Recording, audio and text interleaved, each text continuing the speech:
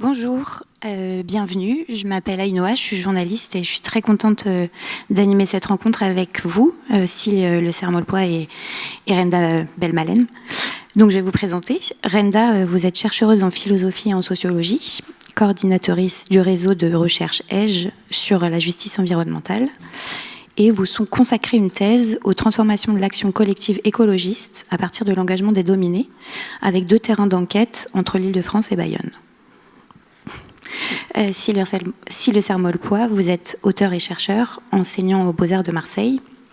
où vous abordez l'histoire de l'écologie et de ses luttes selon des perspectives minoritaires. Vous avez publié en 2021 Écologie déviante, Voyage en terre queer, et plusieurs textes sur un pionnier de l'écologie, Edward Carpenter. Vous travaillez sur une thèse actuellement, et votre prochain livre, qui traite des excréments entre théorie et fiction, sortira fin octobre aux éditions Trou Noir. Pour commencer, j'aimerais vous interroger tous les deux sur le fait que s'il est aussi urgent de penser l'écologie depuis des perspectives minoritaires, c'est parce que l'écologie dominante et bourgeoise est traversée par un imaginaire de la blanchité, des biais racistes, classiques et des impensés homophobes et transphobes. Tu rappelles si que en fait, ces processus qui produisent de la domination sont liés à une histoire et à la manière dont la pensée écologiste s'est constituée, notamment au XIXe siècle. Je crois que c'est l'objet de ta thèse. Est-ce que tu peux nous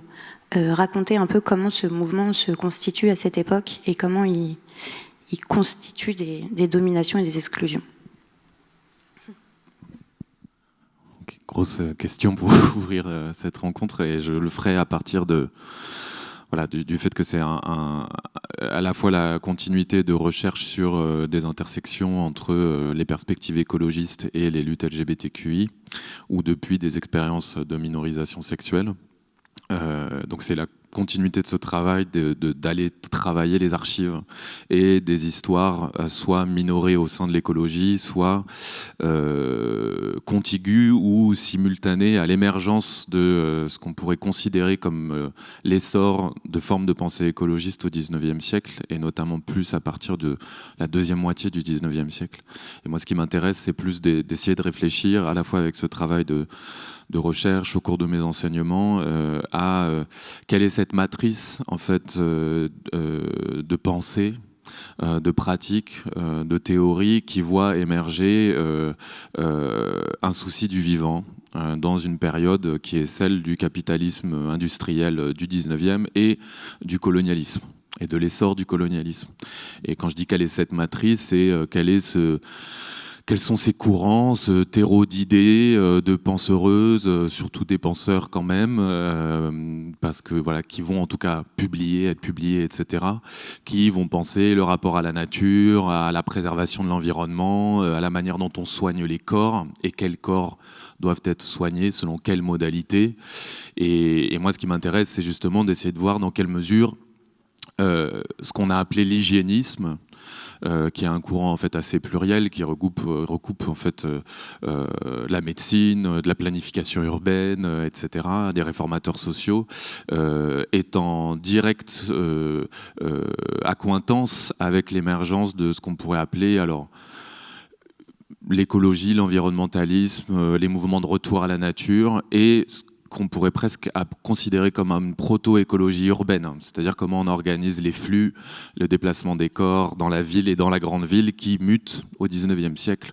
en raison de l'industrialisation, en raison de l'arrivée massive justement de populations paysannes, de l'arrivée aussi de populations qu'on fait venir de l'étranger. Et donc ça produit un certain type de discours sur le propre, sur le sale. Ça produit une certaine organisation aussi dans les périphéries des villes, où sont les travailleurs, quelles usines se trouvent à côté de ces travailleurs qui vivent, etc. Et qui sont ces travailleuses aussi. Et donc on s'aperçoit que évidemment les différentes manières qu'on a eues de penser la ville et de penser la réforme de la grande ville au XIXe siècle ne vont pas sans une certaine manière aussi de penser certaines catégories sociales. Et moi, ce qui m'intéresse, c'est de voir un peu parfois la manière dont on va qualifier des groupes sociaux, par exemple les travailleurs pauvres, les travailleurs immigrés, mais aussi les travailleuses du sexe, comme des déchets ou des microbes, où on va avoir à la fois tout le lexique et de la terminologie d'un hygiénisme médico-social qui va s'appliquer autant aux matières et aux objets construits comme menaçants, qui sont le son de plus en plus avec l'essor de l'industrialisation et de la production, et des catégories qu'il ne faut pas nécessairement réprimer ou faire disparaître, mais plutôt réguler. Et voilà, il y a plein d'effets, je trouve, de parallèles à étudier entre la manière dont on gère et on organise le flux des déchets et celui des déchus, ou en tout cas des déchus de cette hiérarchie qui est instaurée au XIXe siècle, une hiérarchie de classe, de race, de genre et de sexualité. Et puis c'est aussi le début, vous le disiez, quand il y a l'organisation de ces villes,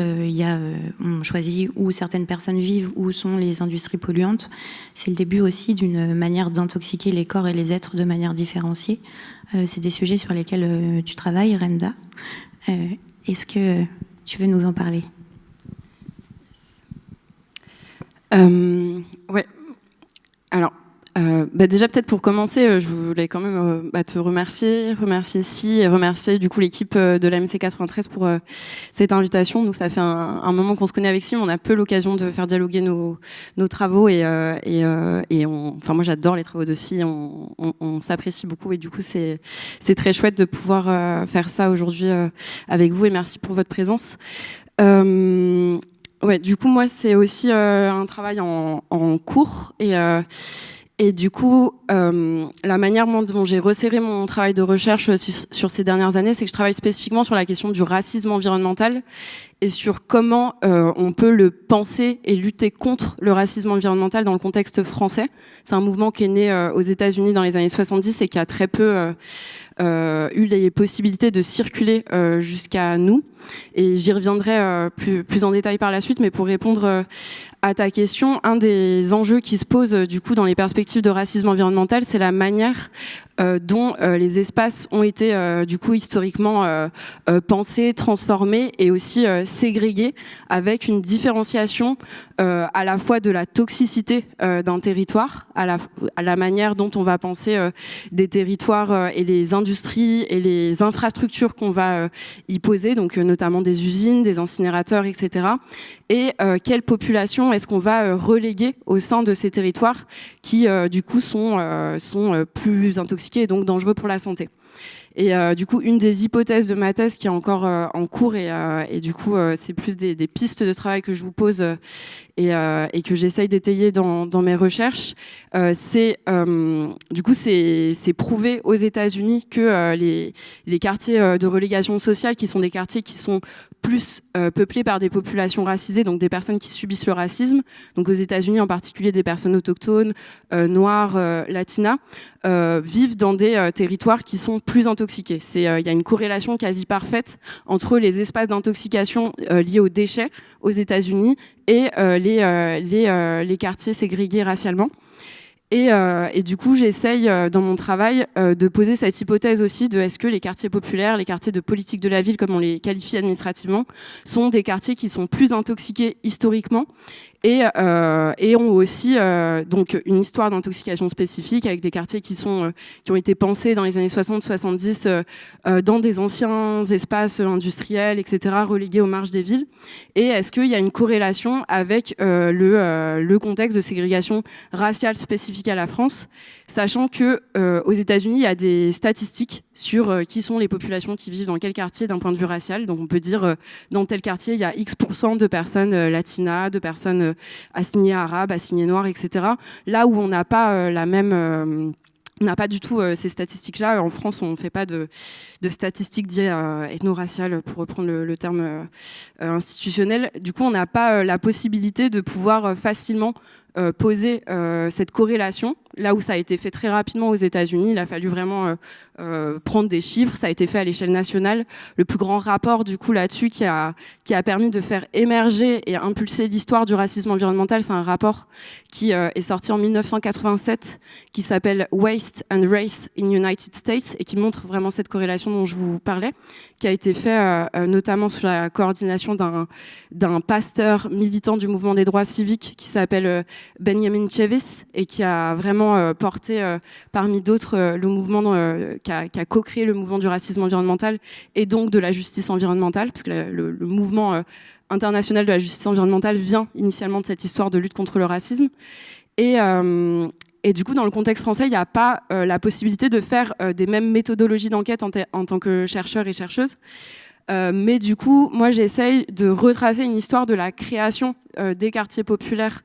dans le contexte français et la manière dont les politiques de peuplement dans les années 60-70, après la fin la fin de la colonisation française telle qu'on la connaissait au préalable, comment le peuplement des quartiers populaires s'est fait aussi avec des politiques raciales à ce moment-là. Il y a notamment du coup la thèse de Jeannot Vulbeau qui a fait une thèse sur le peuplement des quartiers à Roubaix et qui a déterré énormément d'archives sur la manière dont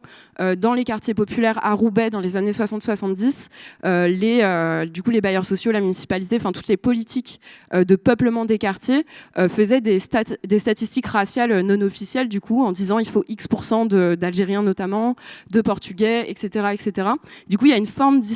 de la question raciale aussi dans le peuplement des quartiers français, mais qui nécessite du coup d'autres formes de méthodologie d'enquête que j'essaye d'appliquer dans mon travail en cours. Oui, vous le disiez, c'est difficile de travailler sur ces questions, mais l'autre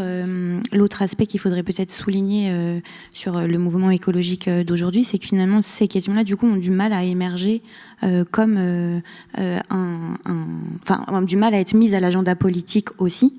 C'est aussi une question politique en plus d'être une question de recherche. Et cela vient du fait aussi que certains acteurs de l'écologie sont considérés comme des mauvais acteurs de l'écologie. Vous avez travaillé aussi sur la manière dont les mouvements écologistes venus des quartiers populaires ont été décrédibilisés. Est-ce que vous pouvez nous en parler aussi ? Oui, carrément. Ouais, du coup, moi je travaille à la fois donc sur cet objet racisme environnemental et la manière du coup dont le mouvement écologiste français s'en saisit. Et du coup, est-ce que ces questions de racisme, ces questions d'antiracisme sont pris en compte par le mouvement écologiste ? Sachant que du coup, il y a une histoire on a tous et toutes entendu cette idée que les écologistes sont un mouvement de personnes blanches. Très majoritairement, il y a une histoire blanche de l'écologie dans le contexte français. Et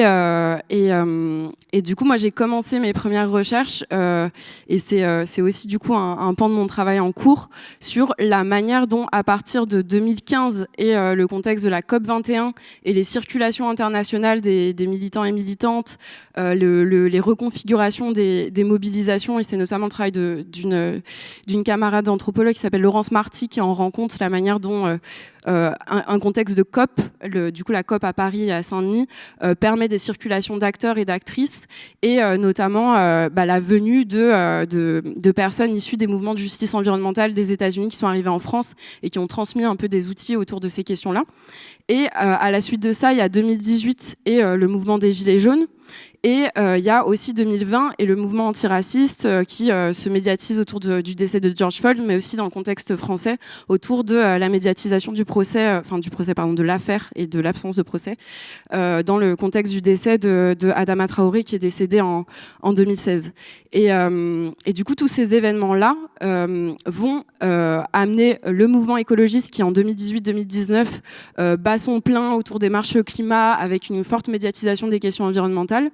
Les écologistes vont être amenés à se questionner face aux Gilets jaunes, face au mouvement antiraciste, sur leur homogénéité en termes de composition, donc en termes de classe et d'assignation raciale. Et du coup, va y avoir dans ce contexte-là des questionnements par les écologistes de comment est-ce qu'on fait pour transformer nos modalités d'action et notre composition collective. Et dans le même temps, du coup, émerge notamment un collectif auquel j'ai participé et avec lequel j'ai travaillé dans le contexte de mes recherches, qui s'appelle le Front de Mer, qui se définit comme un syndicat de parents écologistes des quartiers populaires et qui a émergé dans le 93 à Bagnolet. Et à ce moment-là, le Front de Mer milite sur une question d'alternative végétarienne dans les cantines scolaires, en particulier élémentaires et maternelles, et avec vraiment cette idée que l'alternative végétarienne, aujourd'hui, ça nous paraît évident, mais en 2016, quand elle commence à militer sur ces questions, question, le végétarisme à la cantine, c'était pas du tout une évidence. Et tout de suite, elles sont disqualifiées. Enfin, d'abord, on les invisibilise, il y a un truc de mettre de côté et ne pas écouter les revendications de ces militantes. Et puis, par la suite, quand elles ont continué à essayer à se faire entendre et sortir de l'invisibilisation, il y a une disqualification raciste qui se met en place, avec du coup des accusations. Vu qu'on parle d'enlever la viande de repas à la cantine, on va les insulter d'islamistes, d'indigénistes, de communautaristes, vraiment avec du coup tout un tas de istes qui renvoient à des enjeux de racisme. Et du coup, on va vraiment les empêcher de définir leur lutte comme une lutte écologiste. Et du coup, très vite, un des enjeux qui va se poser pour le collectif, ça va être de lutter à être légitime en tant qu'écologiste et de pouvoir se revendiquer comme un bon sujet de l'écologie, là où, parce que c'était majoritairement des mères de quartiers noirs et arabes, pour certaines portant le foulard, il y avait une incapacité à les écouter sur une scène écologiste et à les penser comme telles. Les personnes queer et LGBTQIA+, sont aussi considérées comme des mauvais sujets de l'écologie par moment, si. Est-ce que vous pouvez nous expliquer ce que c'est qu'un bon sujet de l'écologie ? Alors, je ne sais pas si je peux expliquer ce que c'est un bon sujet, mais par contre, peut-être en résonance aussi avec ce que tu disais, ce qui est intéressant, c'est aussi de voir la manière dont sont périphérisées ou alors volontairement ou inconsciemment minorisées des pratiques qui impliquent des catégories sociales infériorisées, dès le 19e siècle. Et là, en ce moment, je travaille beaucoup sur justement l'essor de la pensée environnementale et de l'écologie urbaine en Angleterre, et notamment il y a des pratiques en fait de récup qui sont des pratiques de subsistance, mais qui sont aussi des pratiques de recyclage, de réutilisation. Et donc, par exemple, je travaille sur les infrastructures des égouts. Il y a des pratiques, de travailleurs pauvres qui vont aller fouiller dans la merde, dans les eaux usées, ramasser. On les appelait les tocheurs. Ramasser des objets, les revendre. Donc, en fait, il y a aussi toute une forme d'écologie. Alors, est-ce qu'elle se revendique comme telle ? Évidemment que non, et elle s'articule à des principes de survie et de subsistance et une économie. Mais je trouve qu'en fait, il y a quand même une histoire de gestes, de pratiques qui traversent en fait des classes, des groupes sociaux infériorisés qui peinent encore à être considérés comme, disons, des usages, des savoirs qui vont en plus être particulièrement mise en avant par certains penseurs et théoriciens au XIXe siècle notamment, à travers la valorisation du savoir-faire, de l'artisanat, du recyclage. Enfin, c'est vraiment à la fin du XIXe siècle qu'on voit émerger aussi ces théories proto-décroissantes, ces précurseurs, si on disait, de la décroissance, alors que ces pratiques, elles existent en fait déjà chez les classes de travailleurs pauvres, etc. Donc c'est aussi que je trouve qu'il y a cette sorte de continuité de considérer que le bon sujet de l'écologie, il se situe à un endroit de domination. En fait, le bon sujet, c'est celui qui est quand même capable d'avoir accès à l'écriture, à la parole publique, qui est capable de se dire écologiste et de se promouvoir comme tel. Alors même si le terme ne veut pas dire la même chose au XIXe siècle. Et vis-à-vis des personnes queer, alors on n'est pas exactement dans les mêmes enjeux, mais moi, ce qui m'avait motivé à écrire ce premier livre et ce qui continue de m'habiter, c'est quoi le bon corps écologique ? Est-ce qu'il y a un corps écologique et est-ce que la suspicion ou la stigmatisation des corps queer, en l'occurrence des corps trans notamment, ne participe pas, en tout cas, de la définition de ce qui serait un bon ou un mauvais corps, d'une bonne nature, d'un corps qui serait considéré comme transformé, transhumain, etc. Et là, je trouve que il y a des textes qui sont sortis au cours de ces dernières années, écotransféminisme en est un d'Emma Biget et Clovis Maillet, mais on a encore un vrai travail à faire. C'est-à-dire qu'est-ce qu'on défend, quel type de corps et quel type de soins du corps et soucis du corps on défend,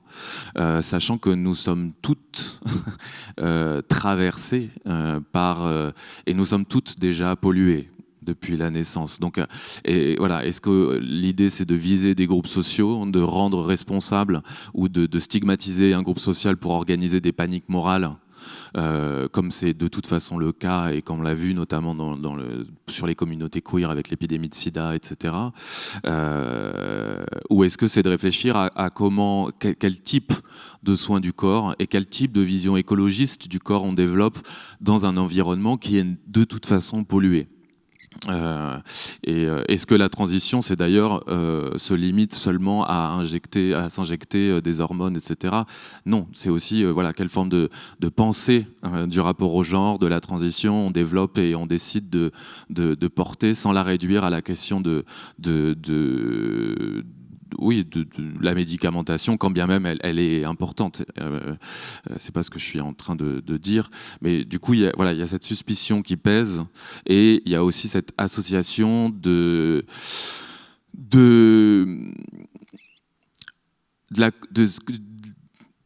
lien à la filiation et à la reproduction. Et il y a vraiment aussi quelque chose de la stigmatisation de la manière de faire famille, qui n'est pas la manière biologique, qui aussi fait exploser les schémas de la famille nucléaire, qui aussi s'inscrit dans une forme de consumérisme du vivant, c'est-à-dire de pratiquer des technologies reproductives qui impliquent une tierce personne qui serait exploitée, etc. Et plutôt que de poser le débat en fait sur la manière dont on veut peut-être modifier la manière de faire famille, de créer d'autres parentés, voilà, on décide. Ça, Myriam Bafou le disait très bien, de rendre responsable une catégorie sociale minorisée qui, en plus, a fait les frais des technologies médicales et qui, à un certain moment,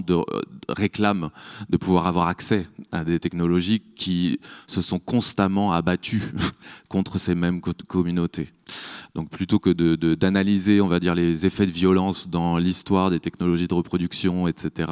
voilà, on rend responsable une communauté ciblée. Enfin, c'est des mécanismes, de toute façon, de domination qu'on retrouve de diverses manières, appliqués de diverses manières. Et là, il me semble qu'on peine, l'écologie peine, mais l'écologie et la gauche, en fait, c'est pas que l'écologie. C'est de toute façon, les mouvements de gauche peinent à poser la question du corps, à poser la question de la racialisation, du rapport à la sexualité, à la jouissance, à l'affect. Voilà. Donc, de toute façon, la question du corps et des hiérarchies qui se sont tissées à partir des corporéités, c'est quelque chose qui me semble assez compliqué, oui. Ouais, parce qu'un des trucs communs dans notre travail avec SIS, c'est cette question de la généalogie, de l'historicisation et de penser qui sont les bons sujets de l'écologie, pour reprendre la formulation que tu posais, et comment, c'est quoi un bon écologiste, c'est quoi l'histoire en fait de cette notion d'écologie, c'est quoi l'écologie en fait finalement, de quoi on parle quand on parle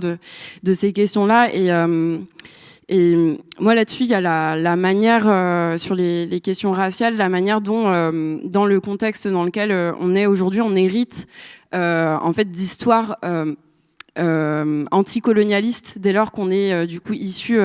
de l'immigration post-coloniale, et la manière dont du coup l'écologie, ça s'est constitué en tant que mouvement dans les années 1960-1970, ce qui est en fait très récent, et des mouvements de lutte ont précédé ça et ont porté sur ces questions d'environnement, d'intoxication et de préservation d'un milieu, de lien aux écosystèmes, et là-dessus, sur l'histoire du mouvement antiraciste, il y a vraiment une généalogie très forte avec le mouvement anticolonialiste et la manière dont les personnes colonisées avaient un soin et une attention à leur milieu, et essayaient de protéger leur terre en fait par définition, et de lutter contre l'invasion et l'exploitation de leur terre par les colons. Et du coup, en fait, on hérite de ces histoires-là qui, et c'est notamment là-dessus que je voulais rebondir surtout, qui n'ont pas été nommées et qualifiées comme écologistes. Et en fait, cette attribution-là de qui se définit comme écologiste et dans quel contexte, le fait qu'on se dise écologiste, c'est une notion qui est finalement assez récente et qui vient renouveler pour moi, et c'est pour ça que je me qualifie comme telle, les luttes pour l'émancipation. Aujourd'hui, pour moi, être écologiste, c'est dans un renouveau des luttes pour l'émancipation, et notamment à l'endroit de cette question question des toxiques et de comment on lutte collectivement contre l'intoxication du monde, mais dans un renouvellement constant de ces luttes pour l'émancipation dont on hérite historiquement, et à un moment donné de l'histoire, en tant que personne non blanche dans ce monde qui a créé la suprématie blanche, avoir une attention à son milieu et aux écosystèmes, pour moi, c'était être anticolonialiste. Et aujourd'hui, on transforme ces rapports-là. Et je peux... Ouais, il y a... Là-dessus, sur du coup la manière dont le récit autour de l'écologie se fait et s'est fait et dont on hérite, et cette question de qui se qualifie comme écologiste et pourquoi on se qualifie comme écologiste, il y a toute une histoire de l'exclusion du coup des marges dont on vous parle ce soir, qui est un peu l'intitulé par ailleurs de la soirée, et notamment cette histoire-là, elle est liée aussi du coup au contexte de récit scientifique qui a été fait des mobilisations écologistes, et notamment pour parler depuis une des disciplines d'où je viens, en sociologie, du coup dans le monde académique, la manière dont on raconte les luttes écologistes, elle est issue initialement de ce qu'on appelle les théories post-matérialistes. Je ne vais pas vous faire des trucs trop jargonneux et trop chiants, mais l'idée en gros des théories post-matérialistes, c'est que dans les années 70, quand émergent les luttes écologistes, les luttes antiracistes et les luttes féministes de façon plus prégnante qu'elles ne l'étaient dans le contexte précédent, il y a du coup tout un courant de penseurs, et je dis penseurs sciemment, qui posait cette idée que en fait l'écologie et donc le féminisme et l'antiracisme aussi ne sont pas des questions matérielles, ce sont des questions d'identité. Et du coup, vu que c'est des questions d'identité, c'est des questions où les pauvres, les classes populaires n'ont pas le temps et pas les moyens de se mobiliser. Vraiment, c'est un luxe de penser au féminisme, à l'écologie, à l'antiracisme. Et il y a tout un récit qui s'est constitué dans les années du coup 70-80 dans le monde académique autour de l'idée que l'écologie, c'est un truc de privilégiés dont les classes populaires n'ont pas le temps et pas les moyens, et qu'il faudrait du coup avoir le temps et les moyens pour se définir comme écologiste. Et du coup, ce récit-là qui s'est ancré dans la manière dont on a notamment enseigné les perspectives et les luttes écologistes, c'est un truc qui est resté très fort, cette idée que l'écologie, c'est post-matériel. Et par la suite, il y a du coup tout un courant, et en particulier, je le cite juste, c'est jargonneux, mais voilà, c'est mes biais de taf. Il y a un courant qui s'appelle l'écologisme des pauvres, qui a posé cette idée que non, en fait, c'est faux de dire que l'écologie, c'est pas un truc matériel. Au contraire, il n'y a pas plus matériel que la question environnementale, puisqu'on parle de l'eau, on parle de la terre, on parle de l'alimentation, et en fait c'est fondamentalement matériel. Et du coup, il y a tout un pan de lutte qui traite de ces questions-là, qui sont portées par les classes populaires, mais qui juste ne se qualifient pas comme écologistes, et que cet enjeu de la qualification et de comment on s'auto-définit et comment on est défini par d'autres est tout un enjeu en fait des rapports aux luttes. Tu disais qu'il y avait beaucoup de luttes qui n'avaient pas été nommées écologistes alors qu'elles l'étaient. Je pense notamment toutes les révoltes contre les essais nucléaires en Algérie, par exemple, ou à Maui-Nui, dont je crois sur lesquelles tu as un peu travaillé. Et il y a aussi toutes ces histoires dont on n'a pas hérité, et c'est au centre de ton livre, sur les écologies déviantes. Je me demandais pourquoi ça te semblait si important de réactiver justement ces mémoires, ces histoires, ces filiations. Et deuxième question en une, pourquoi tu parlais d'écologie déviante plutôt que d'écologie queer ? Sur la question du rapport aux histoires, je pense que ça résonnera aussi avec ce que tu disais, c'est que le passé, ou en tout cas l'accès à des récits du passé produit malgré tout des formes d'autorisation, ou en tout cas produit, moi je trouve, débloque des formes d'imagination. Et c'est pas uniquement pour se dire ah bah oui, d'autres avant moi ont fait ça. Moi je pense que c'est aussi que si d'autres avant moi l'ont fait ça, peut-être qu'on fait ça, ou en tout cas ont lutté depuis telle perspective avec voilà, leur espace communautaire, leur collectif de retour à la terre. Peut-être que l'enjeu qui était aussi le mien, ou en tout cas la question du corps, la question de la sexualité, a été intégrée à une vision écologiste. Et moi, c'est ça qui m'intéressait dans les archives, c'était de voir dans quelle mesure des personnes qui, sans se qualifier comme LGBTQI ou queer, parce qu'on n'est pas sur les mêmes formations identitaires et les mêmes subjectivités, avaient possiblement co-construit ou fait émerger soit des pensées, soit des modèles de rapport à la terre, de rapport à la ville, de rapport à la vie en communauté, aux animaux, etc., qui auraient replacé peut-être la question du corps, la question de la sensibilité, la question de la sexualité, la question du désir, au cœur d'une écologie plus riche et peut-être plus complexe et susceptible aussi, voilà, d'intégrer ces enjeux-là. Donc il y avait, et le fait de voir ça ou d'aller questionner ça dans des exemples du passé, c'était aussi que j'identifiais un manque et un besoin au présent, qui était, on avait parlé de la COP, voilà, depuis la COP 21, quoi, parce qu'on a fait partie de ces mouvements-là aussi. Et ta deuxième question, c'était sur la catégorisation, en fait, parce qu'on ne dit jamais ah oui, écologie. queer déviant. Je suis bien content d'avoir choisi Déviant. Je me suis redit l'autre jour. Parce que il y avait l'idée de ça je l'ai souvent expliqué, mais l'idée de maintenir la dimension stigmatisante du terme de déviant sexuel, qui est aussi un terme, voilà, qui circule au 19e et début du 20e siècle, là où le terme de queer a perdu, en tout cas en français, sa charge, en tout cas sa charge d'insulte est quand même beaucoup moins connue. Et puis le déviant, c'est quand même déjà excéder la question sexuelle. Ce qui dévie, c'est aussi ce qui est périphérisé, c'est éventuellement d'autres formes de déviation. Déviation au genre, à la sexualité, à la blanchité, aux classes dominantes, etc. Et moi, je trouve que c'est difficile de parler de sexualité sans parler de race, sans parler de genre, parce que ces processus sont... l'émergence des sexualités, et quand je dis des sexualités, j'entends homosexualité, hétérosexualité et des formes de subjectivité qui les accompagnent, elle est imbriquée à la question coloniale. Et donc c'est impossible de parler de sexualité sans parler d'impérialisme, sans parler de l'histoire coloniale, etc. Donc je l'avais commencé à le faire dans Écologie déviante, mais maintenant c'est de plus en plus prégnant pour moi que je ne peux séparer la manière dont ont émergé les identités modernes de d'autres processus. Et donc voilà, dans cette idée de déviance, je pense qu'il y avait en germe la nécessité d'élargir le prisme d'analyse qui est uniquement celui de la sexualité ou de l'expérience de genre dissidente de l'ordre sexuel, quoi. Et penser les choses ensemble, ça se fait de plus en plus aussi dans les luttes. Renda, tu as commencé à refaire un peu cette historique qui commence en 2018 et qui prend beaucoup de force en 2020. Est-ce que tu veux continuer un peu ce que tu étais en train d'amorcer, c'est-à-dire ce moment où les luttes du comité Adama et celles des marches pour le climat, elles commencent à s'articuler, et que naît une écologie antiraciste en France, ou se poursuit une écologie antiraciste en France? Ouais, alors un des enjeux en fait, c'est de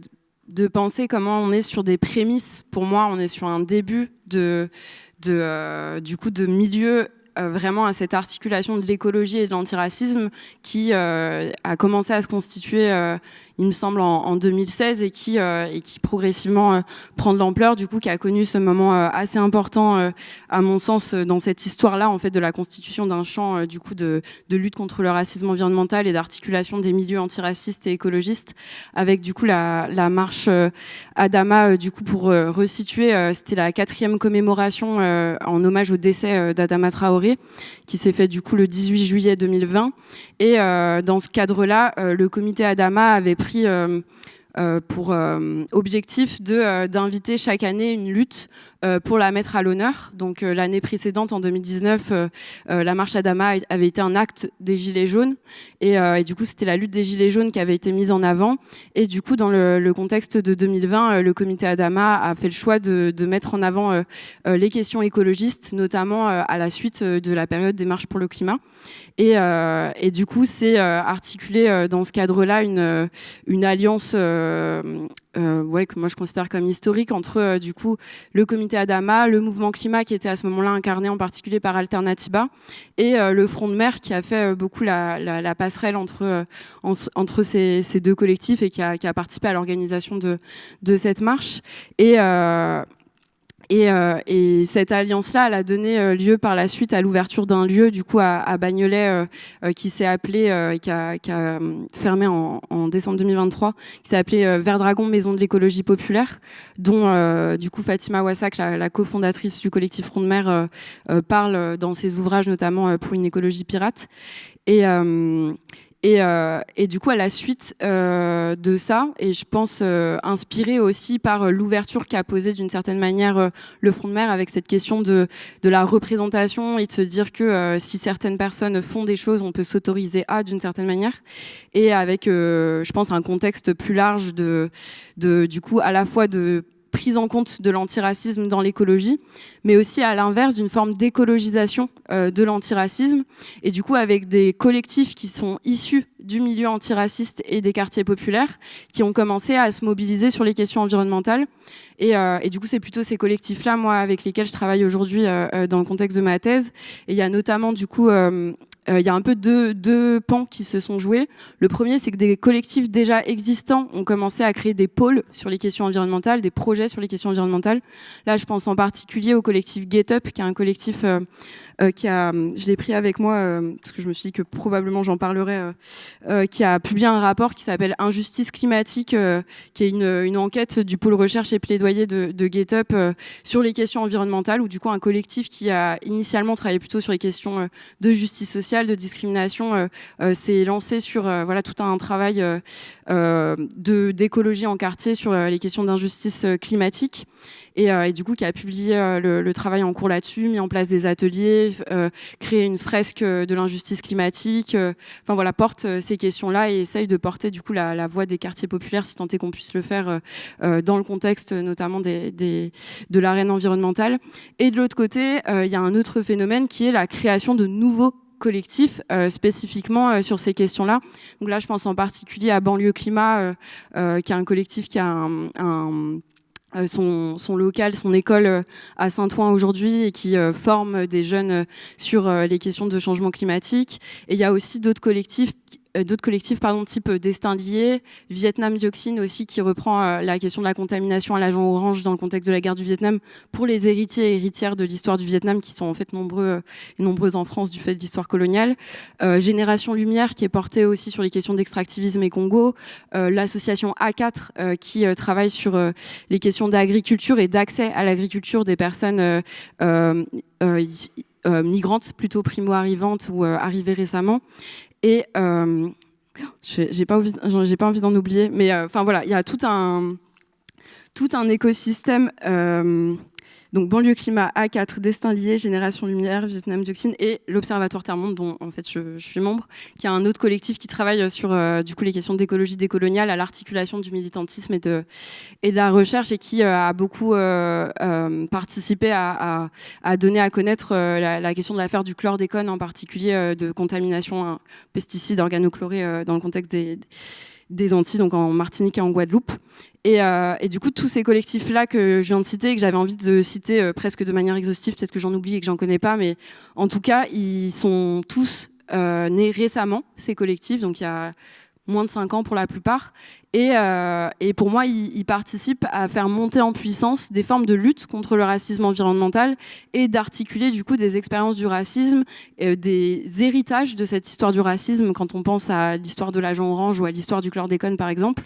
et à le faire dans des perspectives environnementales et en s'inscrivant dans le milieu de l'écologie et des mobilisations écologistes. Et du coup avec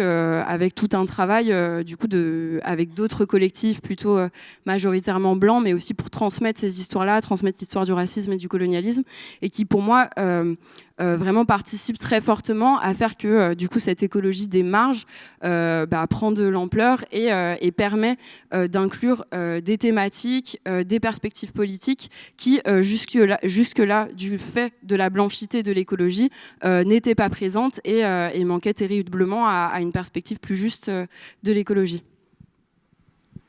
Et ce moment un peu charnière dont tu parles, c'est aussi un moment de grande émulation dans les mouvements queer, dans les mouvements féministes. Je pense aussi, par exemple, à des associations qui sont venues faire des pink blocs dans les mouvements des Gilets jaunes. Ça participe, vous l'avez dit tous les deux, à mettre à l'agenda des questions qui n'étaient pas considérées comme écologistes et qui le deviennent. Mais ça participe aussi à renouveler le répertoire de lutte et à peut-être aussi changer l'image qu'on se fait un petit peu de cette fois qu'elle pas le bon sujet de l'écologie, mais le bon sujet révolutionnaire. Est-ce que, si tu peux en parler? Oui, ACT UP. ACT UP était quand même une grosse, pendant très longtemps, une sorte de référence à partir de laquelle penser pour affronter la répression montante, parce que ce qu'on a aussi peu évoqué, c'est qu'à partir de 2015, il y a aussi, sous le Sarko, mais aussi le PS, une accélération quand même de la répression, à la fois à l'encontre des militants, mais aussi de politiques islamophobes, xénophobes, et de la répression dans la rue. Et moi, ça a été à la fois une sorte de, pour avoir traversé aussi ces moments militants, une sorte de formation incroyable en termes politiques et de rencontres depuis la COP21, justement, comme on l'évoquait, et en même temps, une confrontation de plus en plus violente à la police, à la dangerosité de l'espace public, et là-dessus, alors les techniques d'ACT UP, mais aussi alors la tradition assez complexe des pink blocs, qui sont aussi, avant, selon ce que j'en ai compris, en tout cas plutôt des pink blocs féministes, qui ont été réactivés ensuite comme des queer blocs, notamment à partir de 2016, pink bloc, queer bloc. Et voilà, l'idée c'était de ramener une autre énergie, c'était de ramener, en tout cas à l'époque où j'y participais, une énergie plus festive, inspirée aussi d'une sorte d'énergie carnavalesque, plus camp. Moi j'avais l'espoir que ce genre de stratégie parviendrait à, sinon court-circuiter, en tout cas ralentir ou modifier un peu le rapport à la police. Je pense que moi j'en suis passablement revenu de cette histoire,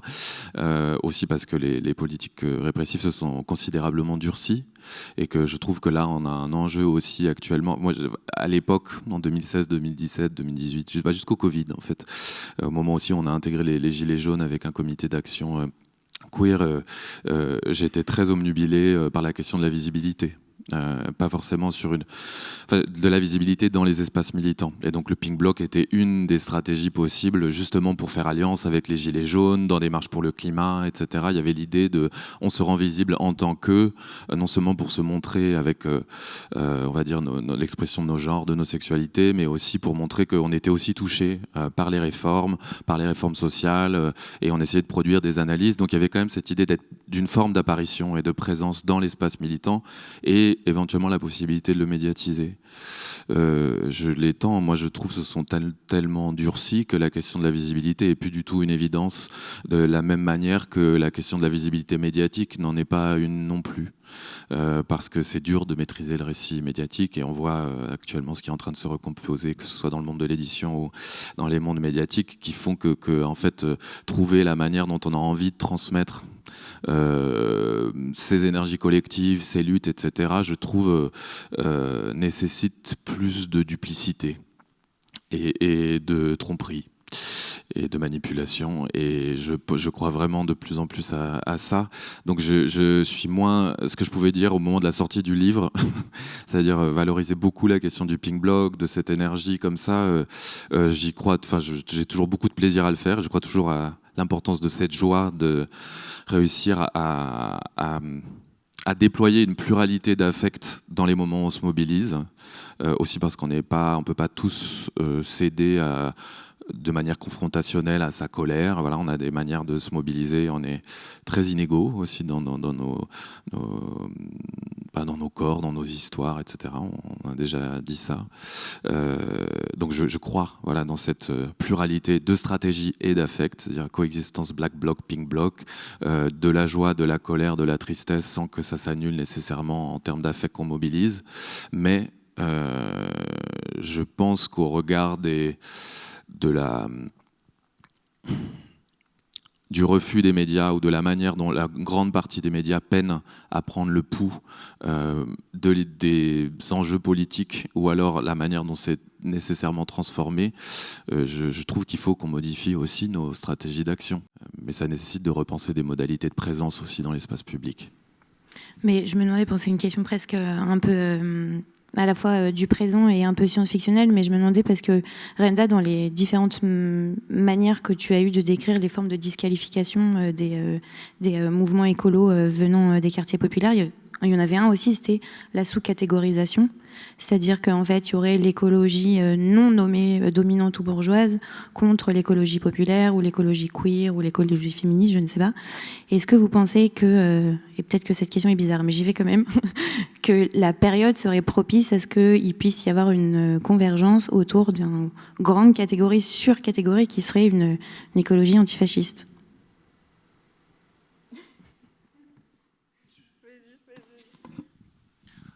Mais à partir du moment où on dit écologie bourgeoise, c'est que déjà on n'est pas au même endroit. En fait, c'est que moi, on a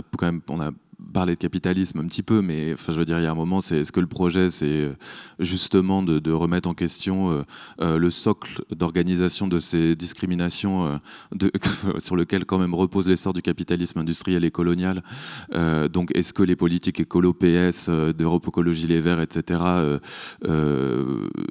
Enfin, moi, en tout cas, c'est pas mon endroit. C'est pas mon endroit parce qu'on n'est pas d'accord sur la manière de se positionner vis-à-vis du capitalisme. Donc après, on peut dire antifasciste, mais si on est antifasciste et pro-capital, voilà, est-ce qu'on a la même définition de l'antifascisme, en fait? Et je trouve qu'il y a aussi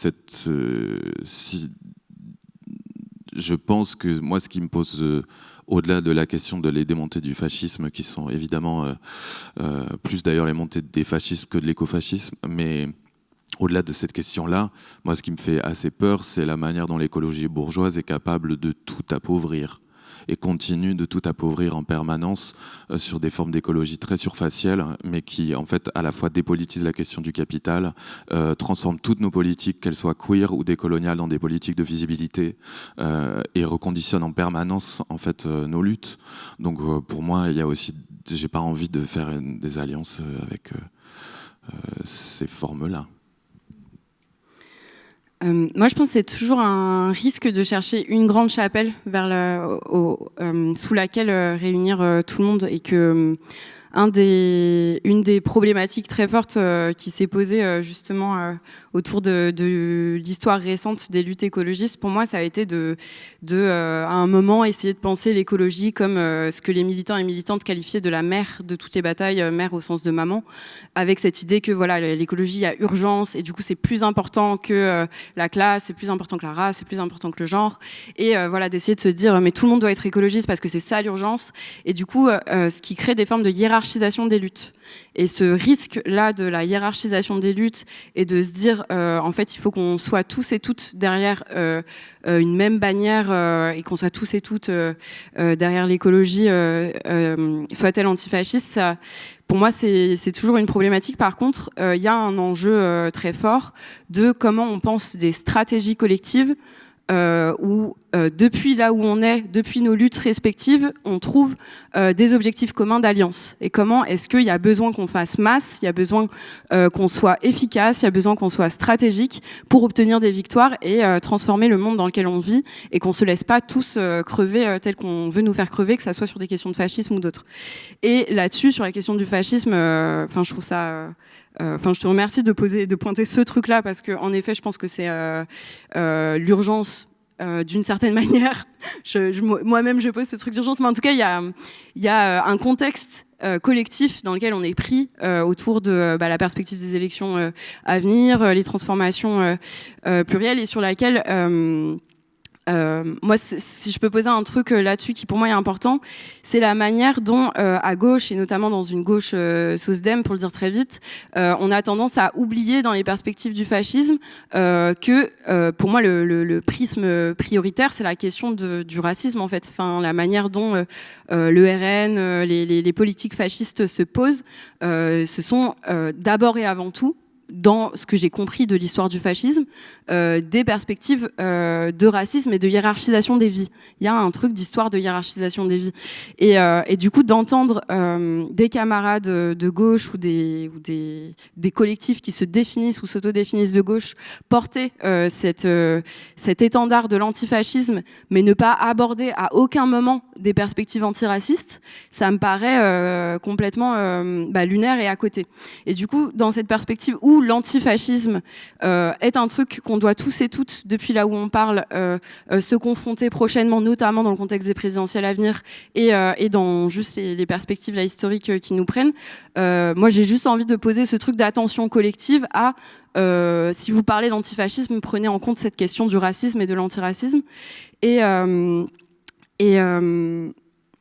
ouais, et là je parle un peu à côté, mais il y a un truc important dans ce que tu disais, si de la manière dont l'écologie s'appauvrit de plein de manières historiquement, de par notamment son embourgeoisement. Et là-dessus, il y a deux éléments que j'ai tendance à rabâcher, mais c'est mon côté prof, quoi.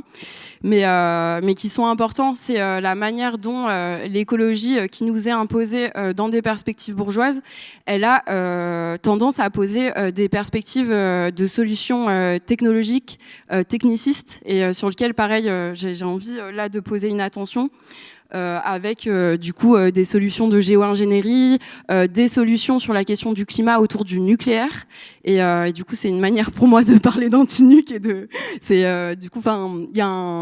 y a une manifestation ce week-end à Bure, du coup qui a un lieu dans l'est de la France où l'ANDRA, l'Agence nationale d'enfouissement des déchets radioactifs, veut enfouir du coup les déchets radioactifs français et même plus largement européens. Et du coup, on est sur une offensive très forte autour de la question du nucléaire, et même dans les milieux écologistes, alors même que l'écologie s'est constituée autour de la question de la paysannerie et de l'antinucléaire historiquement en France, il y a du coup tout un pan de l'écologie et de l'embourgeoisement de l'écologie qui se fait sur une revendication, une acceptation de cette question du nucléaire, sous prétexte complètement fallacieux que ça serait décarboné, c'est-à-dire en ne prenant pas en compte qu'il y a de l'extraction et des déchets, mais juste sur le temps de combustion, qui pareil, on peut discuter de la carbonation du nucléaire. Mais du coup, il y a tout un tas de solutions de ce type-là qui sont issues d'une bifurcation du coup qui s'est jouée dans les années 90 dans l'histoire environnementale, qui est un moment où l'écologie s'est technicisée. C'est vraiment